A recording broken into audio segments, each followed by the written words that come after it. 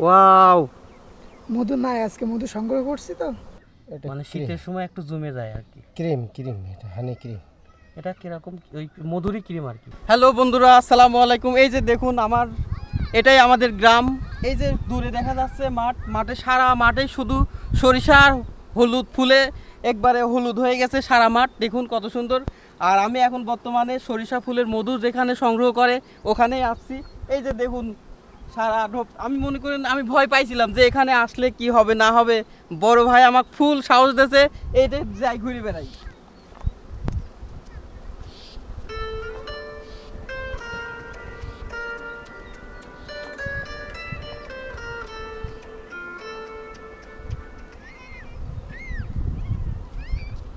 দেখুন আমি এখন হাজার হাজার কোটি কোটি মৌমাছির মধ্যে ঘুরে বেড়াচ্ছি। আসলে কেমনে কি আমার বুঝে আসে না। আমরা ছোটোবেলাতে আমি কামড় খাইছি, এর আগে মৌমাছির অনেক কামড় খাইছি, কিন্তু আজকে যে আমি এইভাবে ঘুরে বেড়াচ্ছি আমি বুঝতেছি না আসলে এই সাহসটা আমি কোথায় পেলাম।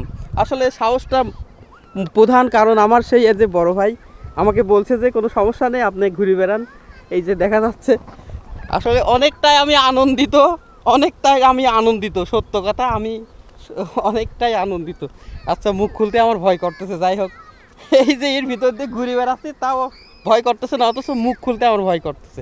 যদি একটা কামড় লাগায় দেয় ভাই, কি যে বিপদ হবে। এই যে দেখুন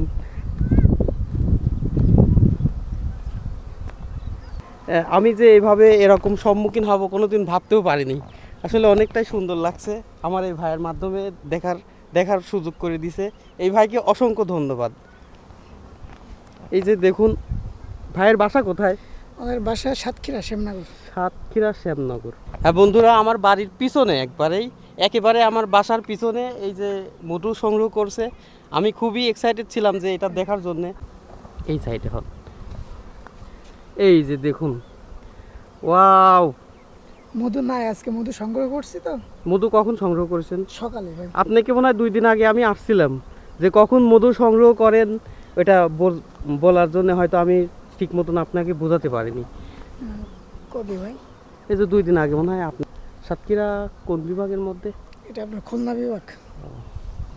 এই যে দেখুন, শত শত ঢোপ, একটা ঢোপে কতগুলা করে মধু হয় কয়দিনে?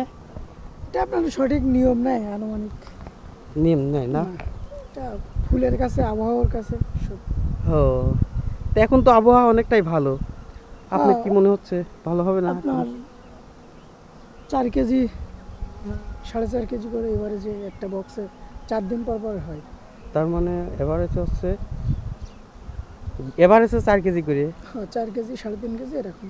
4 দিন পর পর, তারপরে 1 কেজি করে হচ্ছে একদিনে। হ্যাঁ, ভালোই তো, খারাপ না। এই যে বন্ধুরা দেখুন, সরিষা ফুলের সেই সুন্দর মধু, 1 নাম্বার খাঁটি মধু আপনাদেরকে আমি দেখাবো ইনশাল্লাহ। তো আপনারা ধৈর্য সহকারে দেখুন।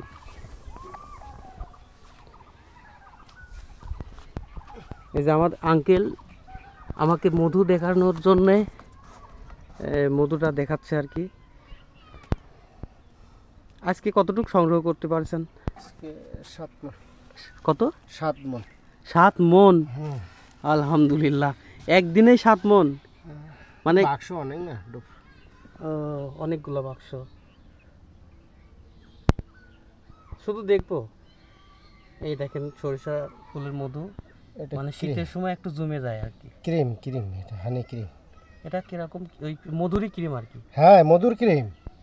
এটা যারা সরিষা ফুলের মধু খায় এবং হ্যাঁ, যারা হ্যাঁ। করে তারা জানে। আচ্ছা, বুঝছেন? এই যে আমার আঙ্কেল আমাকে মানে দেখাচ্ছে আর কি কত সুন্দর মধু। এই যে আমার হাতে সরিষা ফুলের মধু, এই যে দেখুন, আসলে খাঁটি মধু, আমাদের সেই গ্রামের খাঁটি মধু। কত ভালো লাগে দেখুন। আমরা গ্রামে বসবাস করি, কেন এত খুশি আপনারা অবশ্যই কিছু দেখলেই বুঝতে পারবেন, এইগুলো দেখলেই বোঝা যায়।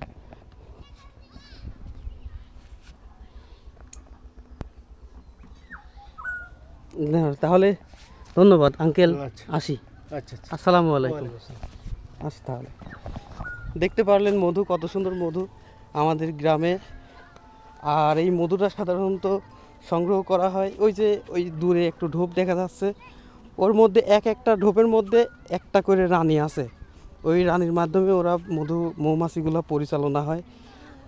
আল্লাহ পাক কোরআন শরীফের মধ্যে মৌমাছি কিভাবে মধু সংগ্রহ করে এগুলা সুন্দরভাবে কোরআন শরীফের মধ্যে তুলে ধরেছে।